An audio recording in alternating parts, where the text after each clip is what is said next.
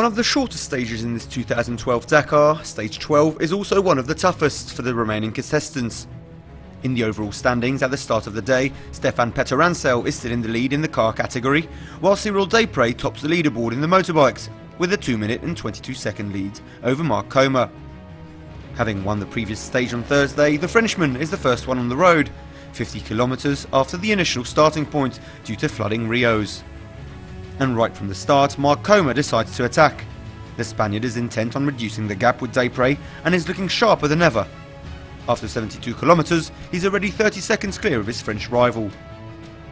The outcast of the day is Stefan Zvitko.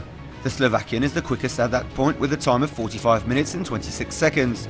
Behind him are Marc Coma, Jordi Villaudoms and Cyril Desprez. Joan Barreda-Bort is in 6th. 50 kilometers from the finish line, Coma is still ahead of Cyril Desprez and looks like he could go all the way and grab top spot in the overall standing from the Frenchman. The clock is ticking.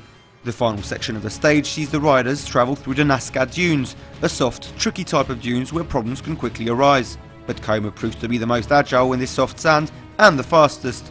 The Catalan claims the win in Nasca ahead of his countrymen Joan Barreda-Bort and Jordi Villaudoms.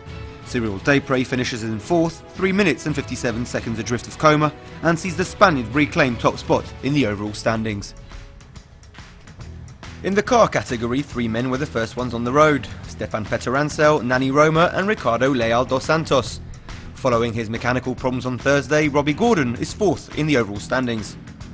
But the American shows a lot of character and crosses the first checkpoint on kilometre 72 in the lead, over 2 minutes ahead of the peloton. Behind him are Christoph Lovchik, Stefan Peterancel, Nani Roma, Leonid Novitsky, Leal dos Santos and Genial de Villiers. The leaders are in there more than ever.